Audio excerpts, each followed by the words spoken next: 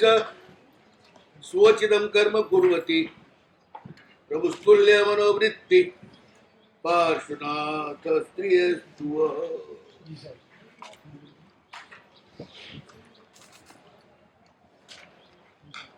ગઈકાલ કલ્પતરુ ભગવાન શંકેશ્વર પાર્શ્વનાથની છત્રછાયામાં આનંદપૂર્વક આરાધનાના આપણા દિવસો વીતી રહ્યા છે. પ્રભુની કૃપા વરસી એટલે અહીંયા આગળ એમના સાનિધ્યમાં રહેવા મળ્યું. ભગવાને થોડા દૂર રાખ્યા એ સારું જ છે. નજીકમાં હોય તો એમની આજુબાજુનું વાતાવરણ આપણે આપણી ગંદકીથી ગંદુ કરે. આખો દિવસ ખાવાનું પીવાનું શ્વાસોશ્વાસ કચરાનો નિકાલ એ થોડું દૂર હોય તો ઠીક રહે. અને ભક્તને પ્રભુ પાસે જતા વાર શું લાગે? સવાર પડે ને વહેલા તૈયાર થઈને પહોંચી જાય, વાસ્કે પૂજા કરીને આવી જાય. બપોરે ભગવાન ફ્રી હોય એટલે ત્યારે આરામથી જઈ અવાય. ઘણા ઘણા વાળાને તકલીફ, એને ટાઈમ સાચવવાનો હોય. તમારે કોઈ ટાઈમ તો સાચવવાનો છે જ નહીં. નિરાતે ભક્તિ કર્યો તો કોક વાર રાતે એની ભક્તિમાં ગુલ્લી મારીને ત્યાં જઈ આવી શકો.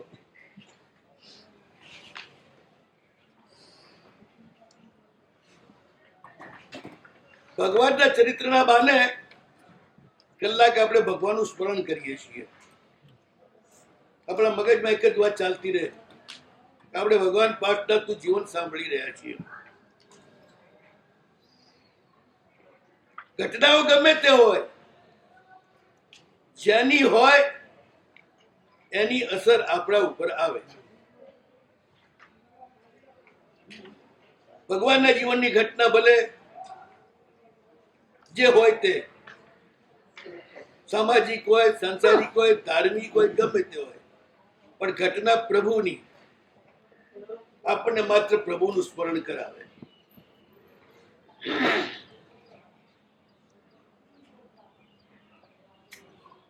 ભગવાન પહેલા ભાવમાં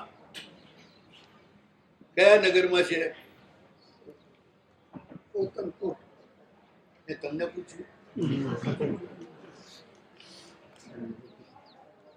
આમ ભૂલી જાવ ના કામ આવે. તમે શંકેશ્વરમાં છો, યાદ રહેશે, ભૂલી જાવ છો.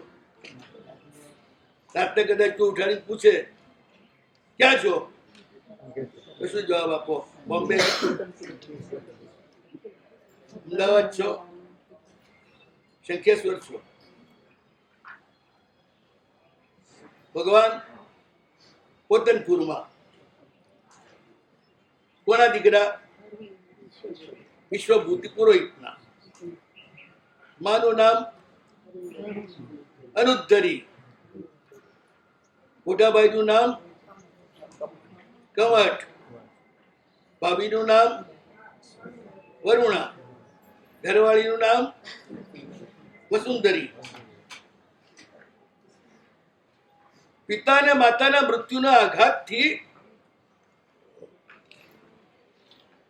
મરુભૂતિ એટલા બધા શૂન્ય થઈ ગયા તો સંસારમાંથી ટોટલી રસ એમનો ઉડી ગયો.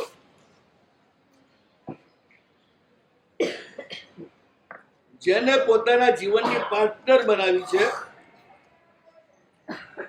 જે એમના ભરોસે પોતાના બાપનું ઘર છોડીને ચાલી આવી છે અને સમર્પિત થયેલી છે, એના પ્રત્યે પણ બિલકુલ બેદરકાર થઈ ગયા. આમ લાગે છે ભગવાન પાશ્ચાત્યનો આત્મા અત્યંત સંવેદનશીલ છે. વડીલો પ્રત્યે એમને સરેરાશથી પણ વધારે લગાવ છે.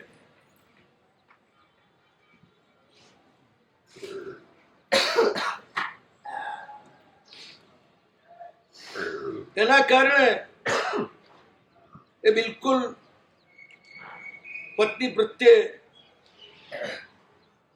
બેદરકાર થયા અને એમાંથી જ કમઠને લાગ મળી ગયો. બે ભાઈ દક્ષિણ ધ્રુવ ને ઉત્તર ધ્રુવ છે. એક સંયમ ક્યારે મળશે એના સમણામાં રમી રહ્યા છે.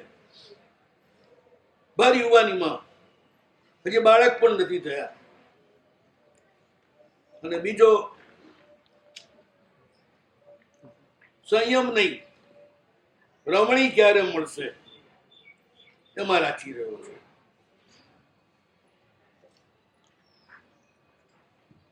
આમાંથી અનર્થ થઈ ગયો. વસુંધરી કમઠના મોહ પાશમાં ફસાઈ ગઈ.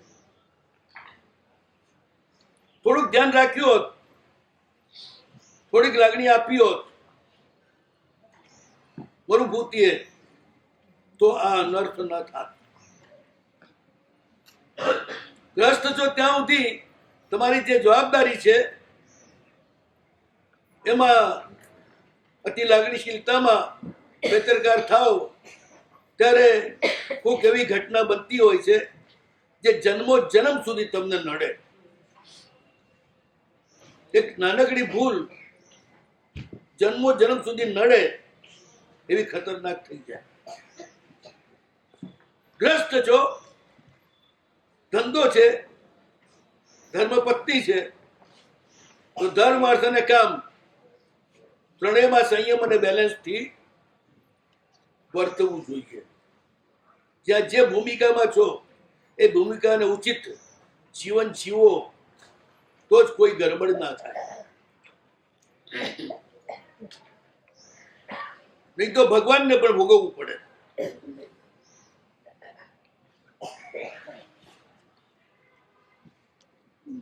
પરિસ્થિતિ જેવી છે. ભાભીએ વાત કરી પણ માની શકતા નથી.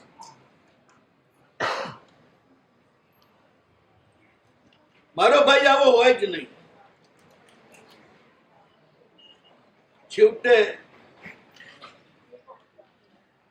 લસણની ગંધ ગમે તેવું પાન ખાવું ને તોય છુપાય નહીં લસણ ખાધા પછી. એમ ખોટું કામ લાગેલી આગના ધુમાડાની જેમ પ્રગટ થયા સિવાય રહે નહીં. ચારે બાજુ વાતો થવા લાગી. ગામમાં વાતો થવા લાગી.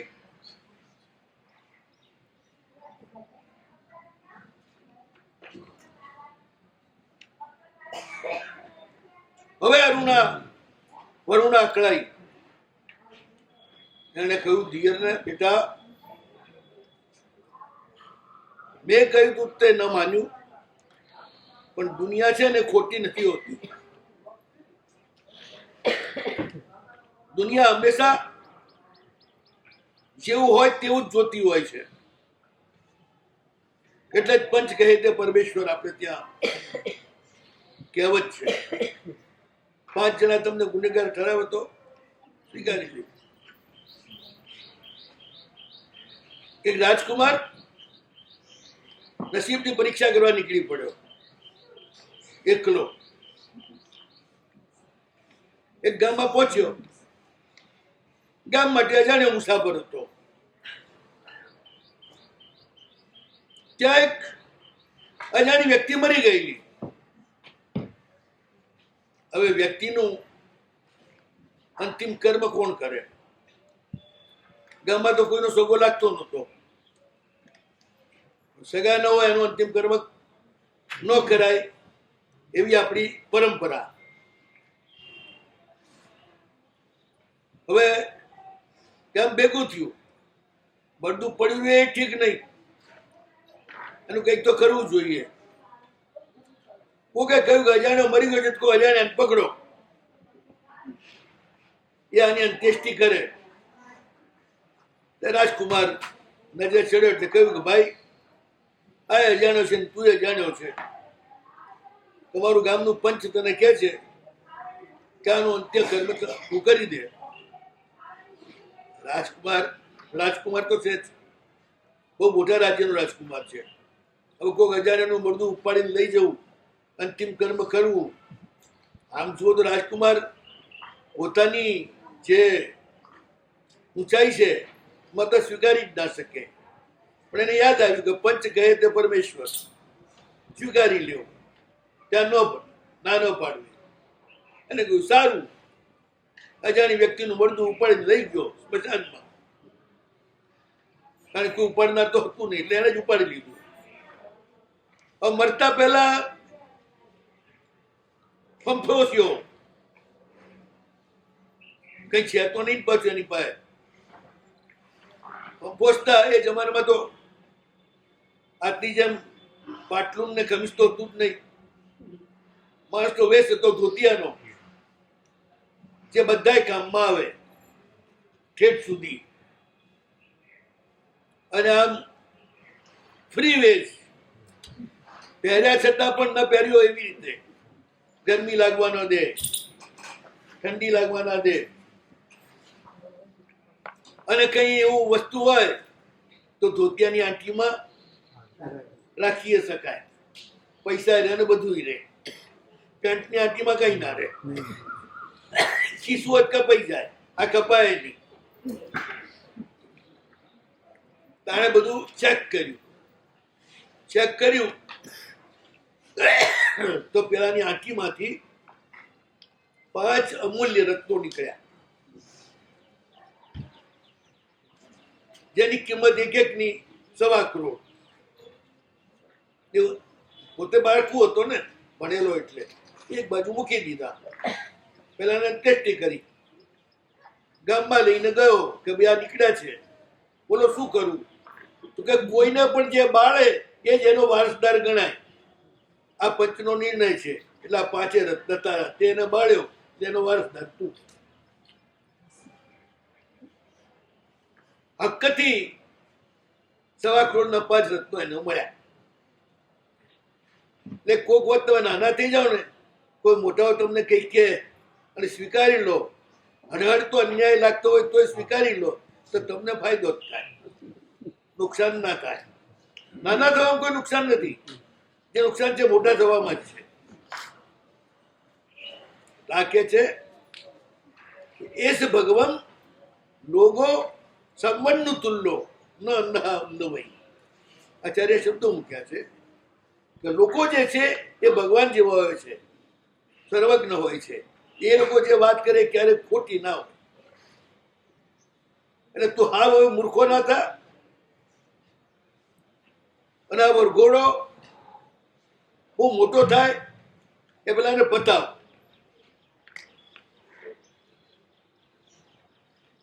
કલાક 1.5 કલાક માથાપોડી કરી ભાભીએ.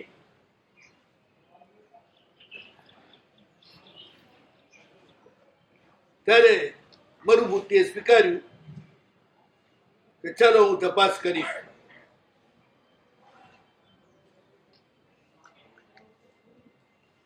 વિચાર કરે છે, ચાલો આવું હોઈ શકે, હોય જ નહીં.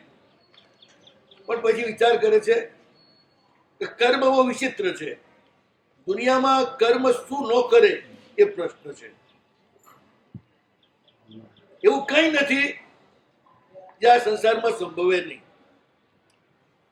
બધું જ સંભવી જાય. સગા છોકરા સાથે પણ વ્યભિચાર કરનારી સ્ત્રીઓ બાકી છે. કર્મના ઉદયથી તો અમારું શું મોટી વાત છે? પોતે તો વિષય સુખથી નિવૃત્ત છે, પણ વિચાર કર્યો તો તપાસ તો કરું. ગયો ઘરે, હોજાઈને કહ્યું સારું કરીશ તપાસ. પછી વિચાર કરશે કે સીધે જાણવું. એને વિચાર કર્યો કે હું બહારગામ જઉં, ખોટો અને પૈસાનો માનો ઘરે આવું રાતે, જે હશે તે કઈ જશે. આવ્યો ઘરે, કપડને કહ્યું કે ભાઈ આજ મારે કામ છે એટલે હું બહારગામ જઉં છું, કાલે સવારે બપોર સુધીમાં આવી જઈશ. કાલે તમે ઘર સંભાળજો. કમટ કે બહુ સરસ, ભલે તારે જવું જ જઈ આવ. રાજી થઈ ગયો, કારણ કે અત્યારે તો છગન પાત્યા જ કરતા હતા, ક્યાંક મળી જતા જે કરવું એ કરી લેતા. આજે આખી રાત મળી ગઈ. ભાઈ બહાર જાય છે, વસુંધરી ફ્રી છે. રોજ તો એ ઘરમાં હોય એટલે ભલે વસુંધરી જોડે બોલતો ન હોય, કઈ કરતો ન હોય, પણ એ નજરમાં તો હોય ને વસુંધરી. તો ખુશ થઈ ગયો, ગયો ઘરે. કોરોનાની તો એને ડર જ છે નહીં. આરામથી રાતે વસુંધરા જોડે સૂતો. મરુભૂતિ બહાર ગયો, થોડી વાર રખડી, સાંજ પડી એટલે પેલા વેશ પલટો કર્યો, પોતે કાર્પટિક થઈ ગયો. એટલે નિત્યના પ્રવાસી કાર્પટિક, એટલે રોજ એક ગામથી બીજી ગામથી ત્રીજી ગામ જાય. આટલું બધું ચાલવાના કારણે પગ દુખતા હોય એટલે પગ મજબૂત રાખવા માટે પગ ઉપર પાટા વીટે. આપણે જોઈએ છીએ ને પોલીસોને આખો દાડો દોડાદોડી કરવાની હોય તો પગ ઉપર બધા પાટા બાંધેલા હોય. જરા પોલીસો પાટા બાંધતા એટલે થાકે નહીં, એ રીતે બધા પાટા બાંધી લીધા. મેલો ગેલો વેશ પહેર્યો, કારણ કે રોજના પ્રવાસીઓ એના વેશમાં ઠેકાણું ના હોય, મેલું ખેલું જ હોય. અને હાથમાં એક મટકી લીધી પાણીની. અવાજ બદલી નાખ્યો અને સાવ ગરીબડો થઈ અને પાછો ઘરે આવ્યો. કમઠ ઘરની બહાર ઉભેલા છે, એમને કહ્યું આજે એક રાત વાસો મારે કરવો છે, ઘરમાં વાસો દેશો? હું દેશાંતરી છું, થાકી ગયો છું. અને ખરેખર ભારતીય આર્ય સંસ્કૃતિની પરંપરા પ્રમાણે જેના ઘરમાં અજાણ્યા પથિકને રહેવા માટે આશરો મળે એને જ ઘર કહેવાય. બાકીના બધા ઘર ન કહેવાય, જેલ કહેવાય, જેને અંદરથી બંધ કરી અને કેદીઓ સુઈ જાય. બવણાઈમ ટાઈમ જેસુ પૈયે જણો ની ઘરે સુઓ વસંતો અભિરમય સુએ ભુંજઈ સહાય દેશ વસતાઓ. તે જ ઘર છે જેના ઘરમાં અજાણ્યો અતિથિ આવે અને લોકો હસતા હસતા એને પ્રવેશ આપે, અને પેલો હસતો હસતો આવે અને પાછો હસતો હસતો ખુશ થઈને વિદાય થાય. એવી રીતે એને રાખે. ખાવાનું પીવાનું બધું ત્યાં મળી જાય. આ રીતે વાત કરી, બહુ થાકી ગયો છું ને હવે ક્યાં બીજું ઘર ગોતવા જાઉં ને, જો તમે આશરો આપો તો સારું. ને મા બાપ કમઠને દયા આવી ગઈ કે સારું, આ બધું મારા ઘરની ઓસરી છે, એ મરે છે ને હોઈ જશે. બરોબર, તો ખુશ થઈ ત્યાં જઈને સુઈ ગયો. રાતે પછી જે રીતે બધું ચાલ્યું, બધું એને નજરે નજર જોઈ લીધું. નજરે જોયા પછી તો હવે એક્સ્ટ્રીમ વૈરાગ્ય એક્સ્ટ્રીમ હતો. હવે આવેશ આવ્યો, ભયંકર ગુસ્સો આવ્યો. પોતે વિષયના વિરાગ વાળો છે તો પણ અનાદિ ભવના અભ્યાસના કારણે મારી પત્ની અને એની સાથે આવો દુરાચાર, પછી ભલે બોલાવતોય નથી પત્નીને, ક્યારે વાલથી એક વેણે ઉચ્ચારતો નથી, છતાંય મારી પત્ની એ તો બહુ છે જ ને. પરિગ્રહ વિષય વામોહસ્સ. હવે યાર સારત્રણે તારુણ્યસ્સ.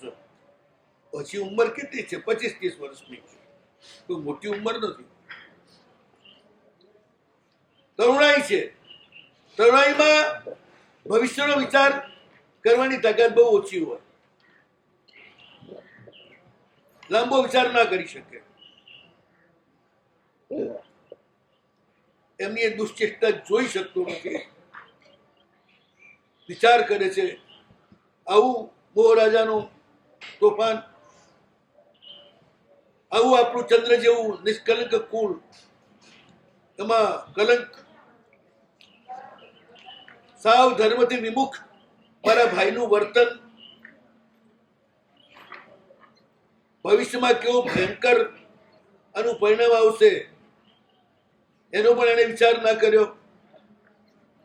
અને સાવ પામર રોગ, એના જેવું અનુચિત મોટો ભાઈ થઈને પણ કરી રહ્યો છે. શું કરવું હવે? ભયંકર આઘાત લાગ્યો ને આવે જ આવ્યો છે. આ બધું છોડી ભાગી જાવ પરદેશ. મારા સગા અને સજ્જનોને ભેગા કરીને વાત કરું તો હું એમને સમજાવું. એને એવું લાગે છે કે આ બધું ખોટું છે. કામાવેશમાં ફસાયેલી વ્યક્તિ ક્યારે પણ વિવેકવાન હોતી નથી. અકાર્ય કરે છે. બધી લજ્જા અને મર્યાદા છોડીને એને કોઈ સુખી સ્વજનો રસ્તા ઉપર લાવી શકે નહીં. એને રાજા જ લાવી શકે. એટલે કોઈને મારે કહેવાની જરૂર નથી, હું રાજાને આની ખબર આપું. હકીકત એ છે ને કે જે અતિરેક હતો એમનામાં, માતા પિતાના મૃત્યુના કારણે શોકમાંથી ઉત્પન્ન થયેલો વૈરાગ્ય, સંસાર તરફની ઉદાસીનતા, માતા પિતા પ્રત્યેનો અતિરાગ, એમાંથી આ ઉત્પન્ન થયેલું જે નોન બેલેન્સિવ હતું. જ્યાં સુધી તમે ઘરે છો, સંસારમાં છો, ત્યાં સુધી ઘરવાળીની પણ લાગણીઓ જોવી જોઈએ. એને પૂછ્યા વિના તમે કોઈ પણ જાતનું કોઈ વર્તન ના કરી શકો. અમારી પાસે કોઈ ચોથું વ્રત લેવા હોય તમે કહીએ તારી સાવિકા સાથે લઈને આવજો. સાવિકા પણ આવીને કે સાહેબ ચોથું વ્રત આપો તો કહી દઈએ તારા શ્રાવકને લઈને આવજો. બેની અનુમતિઓ અને બે ભેગા લેતા હો તો આપશું, એકને ના અપાય. એમાંથી બહુ અનર્થો થઈ જાય. કા શ્રાવક દુરાચારી થઈ જાય, કા સાવિકા દુરાચારી થઈ જાય. કારણ કે વૃત્તિઓ જે છે અનાદિકાળની, એને જીતવી એ સહેલી નથી.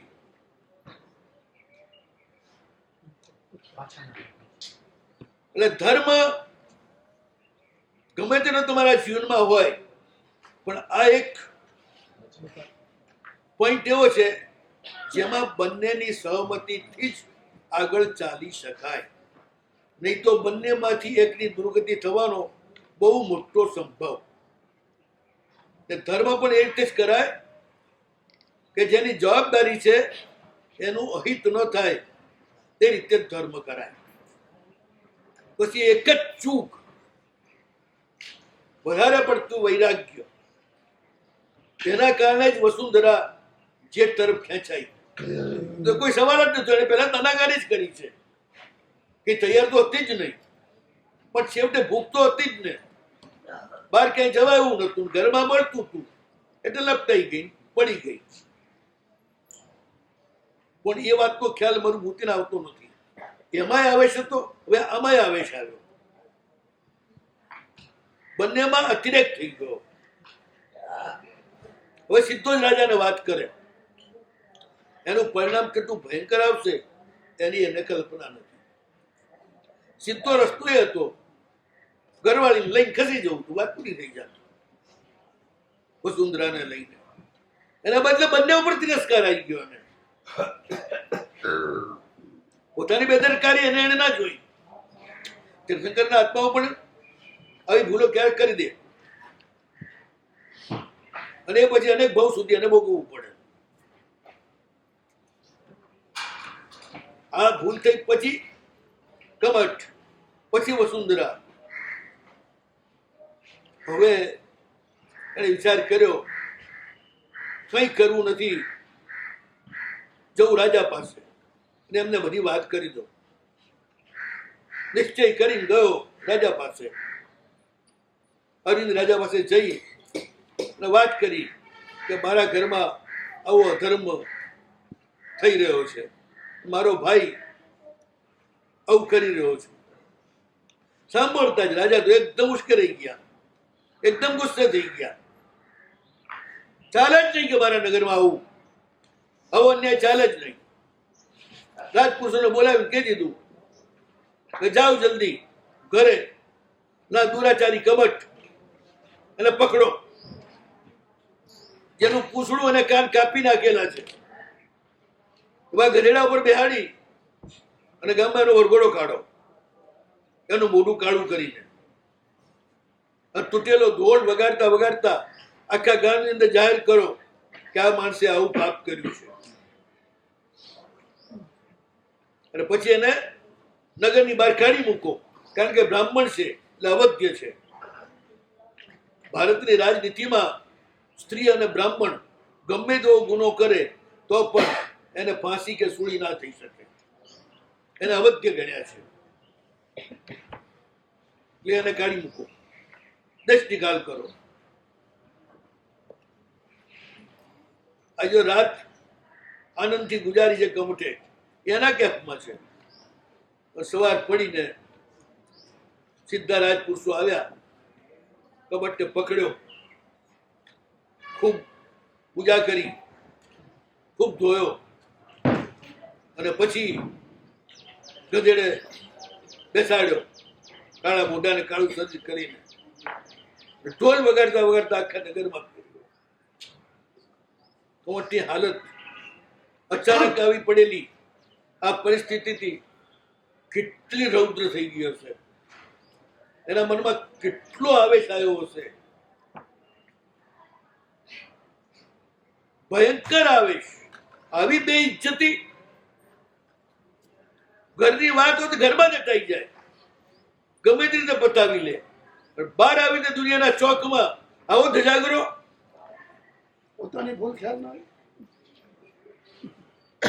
ભૂલ છે પણ ઘરની ભૂલ એનો ધજાગરો ઘરનો ધણી ના કરે.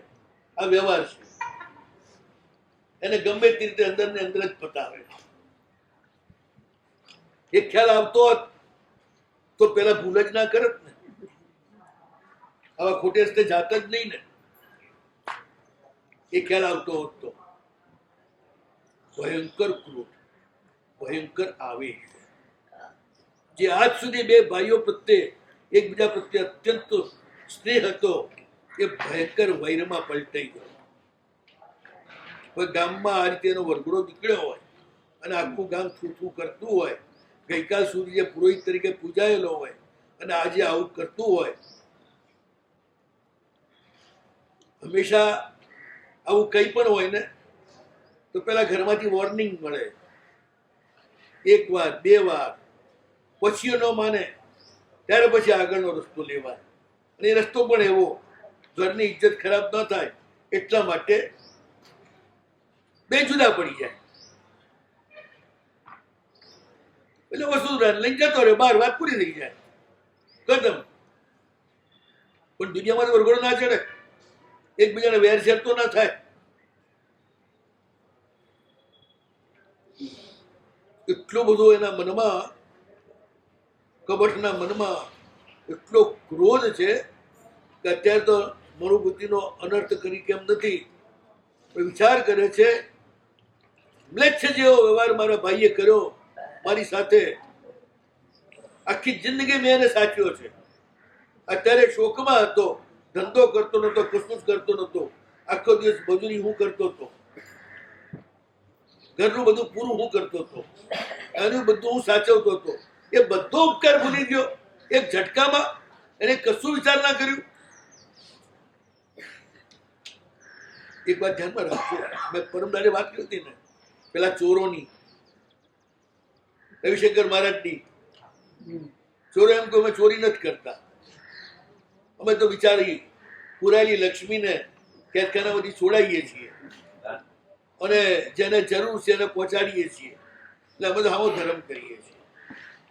એમાં આવી વ્યક્તિઓ પાસે મને બહાનું હોય ને કે ભાઈ બિલકુલ ધ્યાન આપતો નહોતો, અને પેલી કાલે ઉઠીને બગડીને ક્યાંક બહાર જઈને બીજા કોકની જોડે લપટાય, એના કરતા ઘરમાં થઈ જાય શું ખોટું? આ તો બધી દલીલો હોય છે ને માણસની.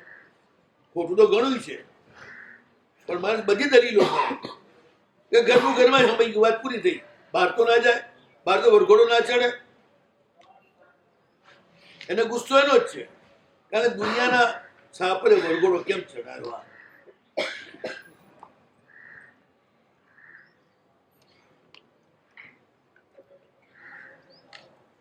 કોઈ નાનકડો ઉપકાર કરે ને તો પણ એનો મોટો ઉપકાર માને. આના ઉપર મેં સેંકડો ઉપકાર કર્યા છે, એને દીકરા કરતા વધારે સાચ્યો છે. અને એને આવી રીતે એકદમ અચાનક સીધું જ પગલું ઉઠાવી દીધું. પેલા કઈક કહ્યું હોત, ઝઘડ્યો હોત ઘરની અંદર, તો આ બધો રસ્તો નીકળ્યો. તો સીધું રાજા પાસે પહોંચી ગયું. મારી આ હાલત કરી, આખું ઘર બરબાદ. નીકળી તો ગયો નગરમાંથી ભાગમ ભાગ એક વન નિકુંજમાં પહોંચ્યો, જ્યાં પંખીઓ ગુંજી રહ્યા છે, પ્રગાઢ છાયાવાળા વૃક્ષો છે, અને તાપસો જેની અંદર વસી રહ્યા છે. એમના કરેલા હોમથી ચારે બાજુ સુગંધી ધુમાડો વહી રહેલો છે. ત્યાં આગળ પહોંચે છે વન નિકુંજમાં. હવા ચાલી રહી છે, એવા ઝાડ નીચે એ બેઠો. ચારે બાજુ મોર ટોકા કરી રહ્યા છે, કોયલ કૂ કૂ કરી રહી છે, અને જાણે એમના અવાજના પડછંદા પડે છે પાડોમાં, અને જાણે એ મહેમાનોને નોતરતી હોય, અમારે ત્યાં પધારો. તાપસોના આશ્રમમાં એક રિવાજ, ગમે તો અજાણ્યા અતિથિઓને એ લોકો પોતાને ત્યાં આવે, સ્વાગતથી એમની બધી જ સરભરા કરે. ત્યાં આગળ કમઠે એક ક્ષેત્ર સૌમ્ય છે. કસાય કંઈક સમ્યો કમઠનો, અને રાજા હવે શું કરશે એનો કોઈ પત્તો નથી. એટલે કમઠને થઈ ગયો આ સંસાર છોડી દેવા લાયક છે. વૈરાગ્યમાં આવી જ્વલન શર્મા નામના કુલપતિ એમના શરણે ગયો, પ્રણામ કર્યો. કુલપતિએ પૂછ્યું કે બેટા ક્યાંથી આવ્યો છું, ક્યાં તારે જવું છે, અને તારા મોઢા ઉપર આટલો વિષાદ કેમ છે? કમઠે કહ્યું કે પ્રભુ પોતનપુરથી આવું છું, ક્યાંય જવું નથી. વિષાદ છે, મારા નાના ભાઈએ મારો ભયંકર ફજેતો કર્યો, એનો મને વિષાદ છે. કુલપતિ કે બેટા આ સંસાર આવો જ હોય, અને પરાભવ કોઈ સહન કરી શકતું નથી, એ બી હકીકત છે. વિજયને પચાવી શકે નહીં અને પરાજયને સહન કરી શકે નહીં. પણ તોય હું તને એટલું જ કહું છું કે થોડું અંદર ઝાંક, તારી અંદર જો, પરમાર્થની ગવેષણા કર અને શાંત થા.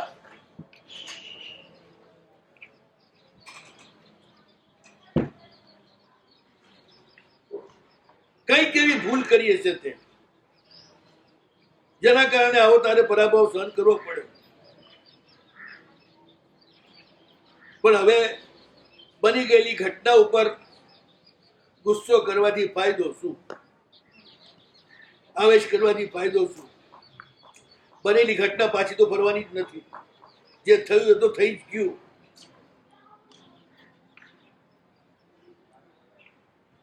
અપરાધ તો ખરેખર આપણો જ હોય છે. આપણે જ કરેલા અપરાધનો આપણે દંડ ભોગવતા હોઈએ છીએ. કૂતરાને પથ્થર મારે ને તે મારનારને ન જુએ, પથ્થરને બટકા ભરે. અને સિંહને જો પથ્થર મારે તો એ મારનારને જુએ, પથ્થરને ના જુએ. એમ આપણે આપણા કર્મને જોવાનું. ગુસ્સો કરવો હોય તો આપણે કરેલા કર્મ ઉપર કરવાનો. જે કર્મના કારણે કોઈ આપણા ઉપર અપકાર કરે છે, આપણું બગાડે છે, પેલા આપણે નિમિત્ત આપ્યું માટે બગાડે છે, નહીં તો ના બગાડે. પણ એ કર્મને બગાડી શકાય. તપ કરો અને ધ્યાન કરો, એકાંતમાં રહેવાનું, ગુરુના ચરણની સેવા કરવાની, દેવતાના પૂજા કરવાની. તાપસ ધર્મ છે ને એ અર્ધ સંન્યાસ, અર્ધ ગ્રહસ્થ. પતિ પત્ની બંને સંસાર છોડી ત્યાં ચાલ્યા જાય, રે સાથે બ્રહ્મચર્ય ધારણ કરે, પછી ત્યાં દેવ પૂજા કરે, અતિથિઓની સેવા કરે, બધા તાપસોની પણ સેવા કરે, તપ કરે, ધ્યાન કરે. આ રીતે ત્યાં આગળ પોતાનું જીવન, પાછલી ઉંમર ધર્મમય વિતાવે.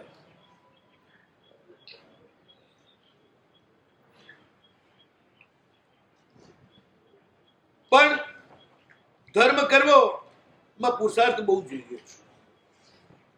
સંસાર તરફથી મન ફેરવી નાખો તો જ તમે અહીં રહી શકો. પણ એ આત્માયત્ન છે, એમાં કે આપણે બીજાની જરૂર નથી. ત્યાગ કરવા માટે બીજાની જરૂર નથી.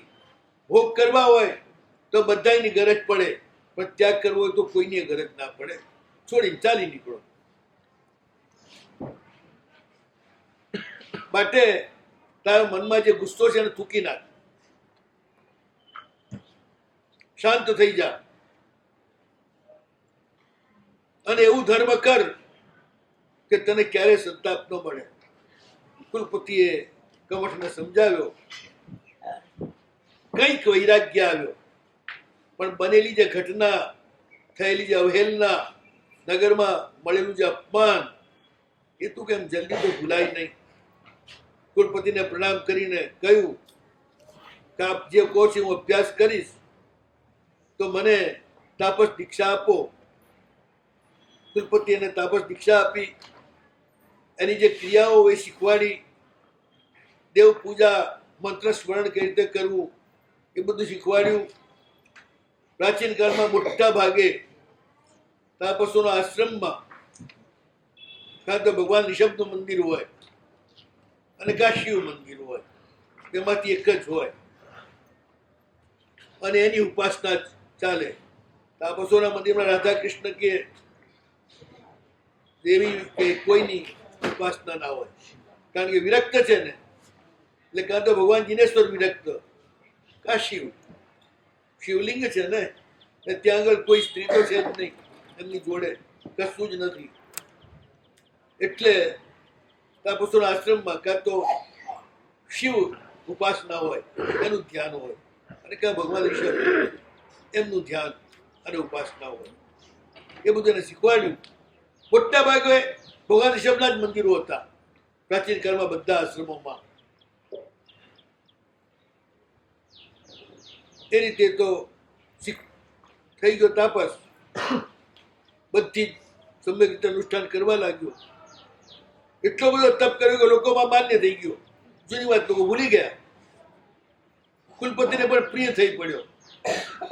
બધા તાપસો એની સામે માનની નજરે જોતા. આવી રીતે દિવસો વીતી રહ્યા છે. મરુભૂતિ ઘરે ગયો તો ખરો, સંસાર ચલાવે છે. વસુંધરીને એને કંઈ કહ્યું નહીં. ગુસ્સો એને ભાઈ ઉપર જ હતો કે એને આવું કેમ કર્યું. વૈભવને અનુરૂપ જે બી દુખિયા આવે એની અનુકંપા કરે છે.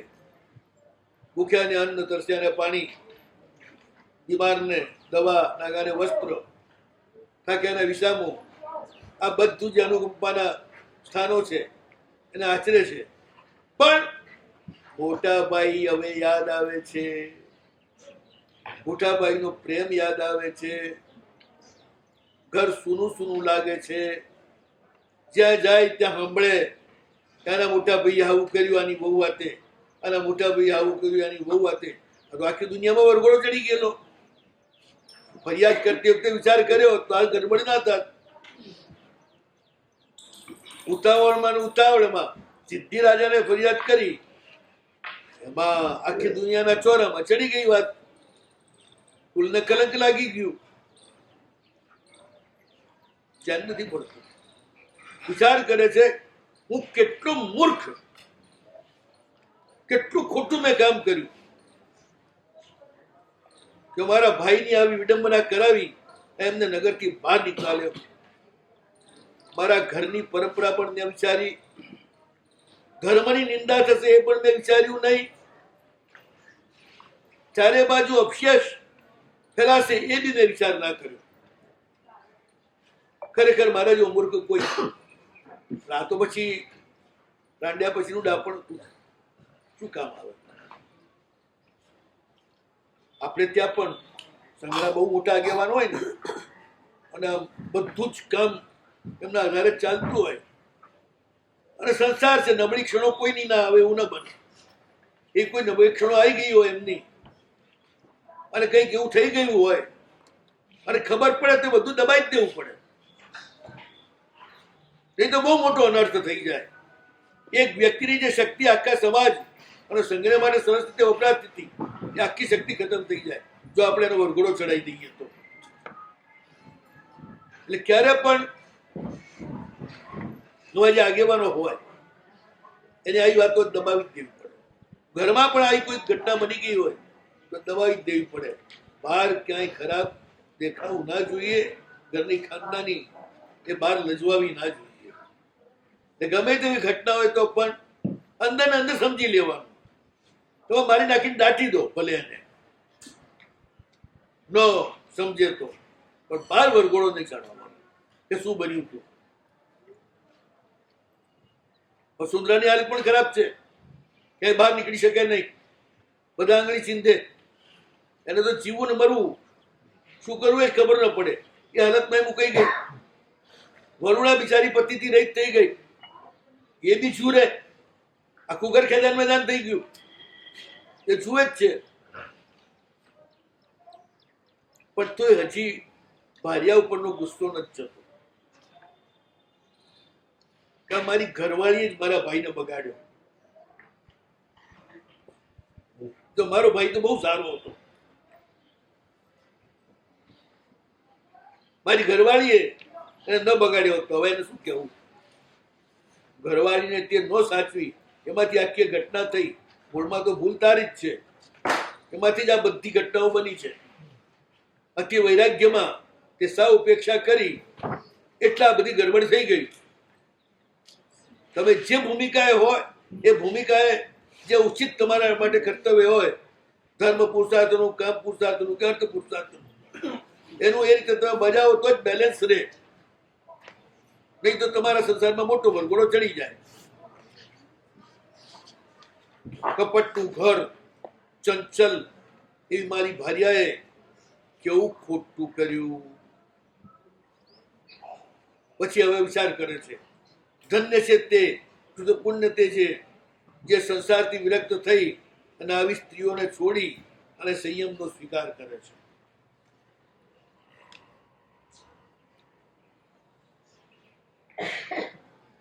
પણ મારો ભાઈ તો કેટલો ડાયો હતો, કેટલી એની નિર્મળ બુદ્ધિ હતી. પણ મારી ઘરવાળીએ એના મોંમાં ફસાવીને એને બાપડાને બધી રીતે બરબાદ કરી નાખ્યો.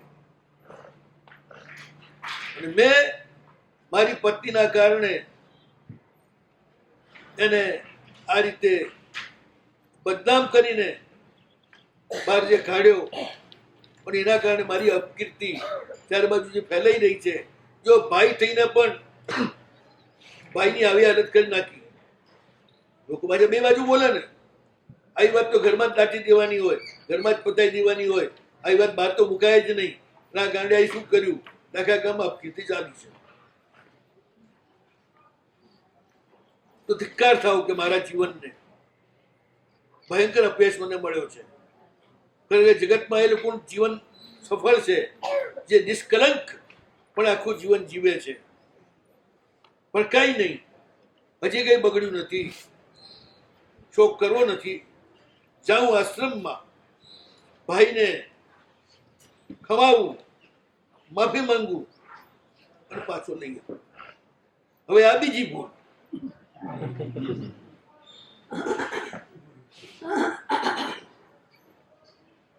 હવે જે કરવા જેવી નથી કરી રહ્યો છું. આખી દુનિયામાં વરઘોડો ચડી ગયો, બધું બહાર પડી ગયું. હવે ઘરે લઈ આવશે શું થવાનું? પણ લાગણીશીલ માણસ છે ને, અતિ લાગણીમાં જ આ ગડબડ થઈ ગઈ છે.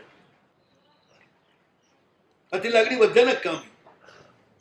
ભગવાન પાટણના ચરિત્ર હું આવી રીતે મૂલવું છું કે શા માટે ભગવાનને 10-10 ભાવ સુધી વૈરનો અનુબંધ ચાલે, એનું મૂળ ક્યાં છે? ધર્મ એવો પણ ન હોય કે ઘેલો હોય, બધે પહેલો. તમારી જે જવાબદારી છે એને તમારે નિભાવવી. જબરદસ્ત પશ્ચાતાપ થયો. ઘરના લોકોને પણ કહ્યું નહીં હું આ કરવા જાઉં છું. તો કોક પેલા ભાઈને પકડાયો ત્યારે કોઈને પૂછ્યું નહીં, કોઈની સલાહ લીધી નહીં, કોઈ વડીલોને પણ પૂછ્યું નહીં. એટલે આવેશમાં રાજાને કહી દીધું. હવે પણ આવેશ બીજો પસ્તાવાનો, બધે ઉતાવળ. ઘરને પૂછ્યું નહીં. ભાઈને મેં આ રીતે કાઢ્યો છે, એના મગજમાં મારા ઉપર કેટલો ગુસ્સો હશે એનો એને વિચાર કર્યો નહીં. બસ એક જ વાત છે, જવું ને ભાઈને મનાવી લઈ આવું. બસ જોરદાર લાગણીના આવેશમાં છે. એટલે અહીં નોંધી લીધું. અવિમર્શીઓ વિચાર્યું નહીં કે ભાઈનો પ્રતિભાવ કેવો હશે, અને એકલા જવાય નહીં, કોઈને સાથે લઈને જવું જોઈએ. આ કામ કરવું હોય તો પહેલા એકલા કર્યું, હવે એકલો કરવા જાય છે.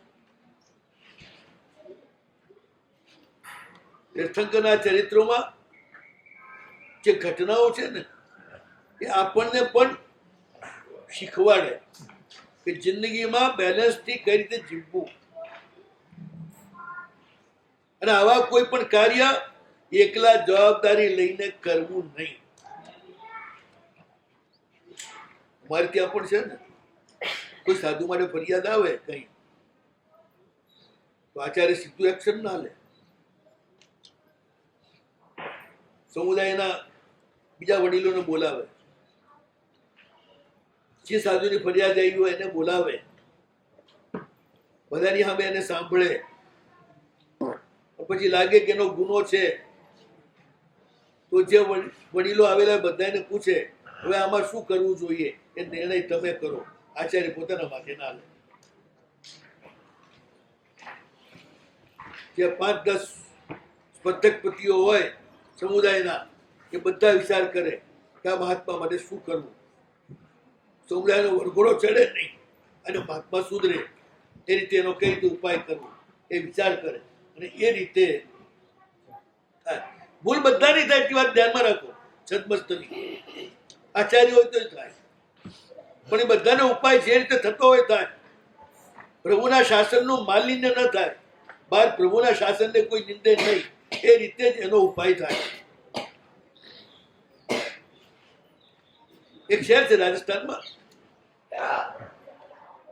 ત્યાં એક સાધુની કઈ ભૂલ થઈ ગઈ હશે, તો બહારના શ્રાવકો ગયા અમે આ સાધુનો વેશ ઉતારી દીધો. પાલીના ડાયા સાહેબ ભેગા થયા અને કહ્યું અમારા ગામમાં વેશ પહેરાવાય પણ ઉતારાય નહીં. એક કલંક અમારા ગામમાં નહીં. અમે અહીંથી વિહાર કરે ભાઈ તમારે જે કરવું કરજો. અમારા ગામમાં અમે વેશ પહેરાવા વાળા છીએ, વેશ ઉતારવા વાળા નથી. અમારી ગામની ધરતીમાં એ નહીં થાય. ભલે એમનો જે ગુનો હોય એ જાણે એમના ગુરુ જાણે. રિયલમાં તને મને વચ્ચે પડવાનો અધિકાર જ નથી.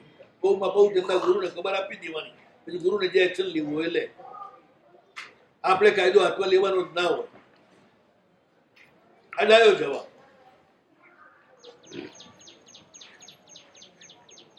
વાને તો રહેવાતું નથી. પૂછ્યા ગાછ્યા વગર દોડ્યો, પહોંચી ગયો આશ્રમમાં. દૂરથી જ ભાઈને જોયા ને અંદરથી પ્રેમનો ઉછાળો આવ્યો. ક્યારે ત્યાં જઈને ભાઈના પગમાં પડું, ભાઈને ભેટું. આ ભાવમાં એ ત્યાં જઈ રહ્યો છે. હવે ઘટના શું બને છે?